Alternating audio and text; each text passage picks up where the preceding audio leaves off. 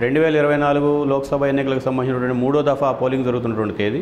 దేశంలో ఉన్నటువంటి ఒక 93 నియోజకవర్గాలు పోలింగ్కి 93 నియోజకవర్గాలలో జనం ఓట్లు వేయడానికి లైన్లో నిలబడ్డ మధ్యలో ప్రధానమంత్రి మోడీ గారు టైమ్స్ నౌ ఛానల్కి ఒక ఇంటర్వ్యూ ఇచ్చారు. ఆ ఇంటర్వ్యూని లీడ్ చేసినటువంటి నవికా కుమార్ వేసినటువంటి ప్రశ్న ఏమిటి? ఒక మహిళగా నాకు చాలా ఆందోళనకరంగానూ బాధగానూ జుగుప్సాకరంగానూ ఉంది. కర్ణాటకలో జేడీఎస్ నాయకత్వం సన్నిహిత కుటుంబ సభ్యులుగా ఉన్నటువంటి రేవణ్ణకు సంబంధించి 2900 పైచిలకు వీడియోలు, అశ్లీల వీడియోలు, అత్యాచారాలకు సంబంధించినటువంటి వీడియోలు విడుదలై రాష్ట్రాన్ని దేశాన్ని అతలాకుతలం చేస్తున్నాయి. ఒక మహిళగా నా మనసు క్షోభిస్తోంది. దీని మీద మీరేం సమాధానం చెప్తారు అని చెప్పి ప్రశ్న వేసింది. ఆ సమయాన్ని గుర్తుపెట్టుకోండి. కర్ణాటకలో 14 పార్లమెంటరీ నియోజకవర్గాలలో పోలింగ్ జరుగుతోంది. ఇదే రోజు మధ్యాహ్నం 12:30 సమయంలో ఈ ఇంటర్వ్యూ ప్రసారమైంది. టెక్నికల్గా తప్పించుకోవడానికి చాలా కారణాలు చెప్పుకోవచ్చు. కానీ కర్ణాటకలో ఓటింగ్ శైలిని, సరళిని ప్రభావితం చేయడానికి ఉద్దేశించిందే ఈ వీడియో అన్న దాంట్లో ఎటువంటి సందేహం లేదు. దాని మోడీ గారు ఏం సమాధానం ఇచ్చారు? గుజరాత్లో ఏదైనా ఇటువంటి ఘటన జరిగితే అది గుజరాత్ రాష్ట్ర ప్రభుత్వం బాధ్యత, బెంగాల్లో అటువంటి ఘటన జరిగితే బెంగాల్ బాధ్యత, తెలంగాణలో జరిగితే తెలంగాణ బాధ్యత. కాబట్టి ఆయా రాష్ట్ర ప్రభుత్వాలు కదా బాధ్యత తీసుకోవాలి. కేంద్రం మీద తోసేస్తే నేనేం చేయాలి?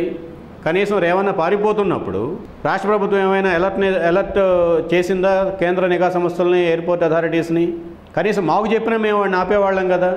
ఇవేవీ చేయకుండా ఈరోజు ఎన్నికల్లో ప్రయోజనాల కోసం ఈ వీడియో గురించి, చర్చల గురించి, లేదంటే రేవಣ್ణ గురించి మాట్లాడుకోవడం వల్ల ప్రయోజనం ఏముంది? ఇది పూర్తిగా రాష్ట్ర ప్రభుత్వానికి తెలిసే కర్ణాటకలో ఉన్నటువంటి రాష్ట్ర ప్రభుత్వం యొక్క వైఫల్యం ఏది అని చెప్పి ఆయన చెప్పారు. తదుపరి నాకు కూడా కొంత జర్నలిస్టిక్ బ్యాక్గ్రౌండ్ ఉంది కాబట్టి నేను ఆ ఇంటర్వ్యూ చేస్తే నేను వేసే ప్రశ్న ఏమిటి?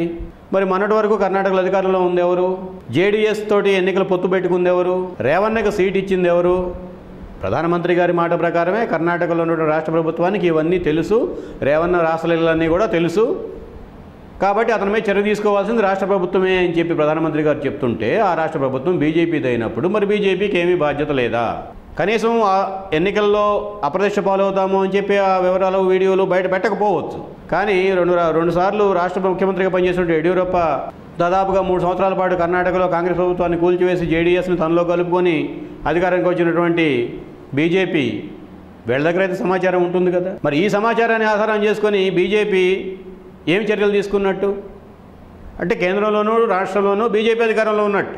డబుల్ ఇంజిన్ సర్కార్. మరి డబుల్ ఇంజిన్ సర్కారు ఒక మనిషి దేశం విడిచి పారిపోకుండా ఎందుకు ఆపలేకపోయింది? ఈ ప్రశ్న మన సీనియర్ జర్నలిస్ట్ నవికా కుమార్ దగ్గర నుంచి రాలా.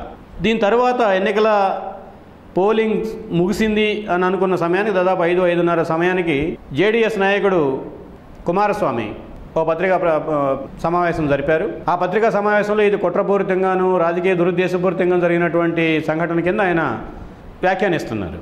కొన్ని వేల వీడియోలు, అశ్లీల వీడియోలకి కేంద్రమైనటువంటి జేడీఎస్ నాయకత్వాన్ని కనీసం నిందించడమో, మందలించడమో, చట్టం తన పని తాను చేసుకుంటుంది అని చెప్పి జనరల్గా మాట్లాడటం కంటే కూడా బదులుగా రాష్ట్ర ప్రభుత్వం పైన యుద్ధానికి బీజేపీ, జేడీఎస్ కలిసి సిద్ధమవుతున్నాయి.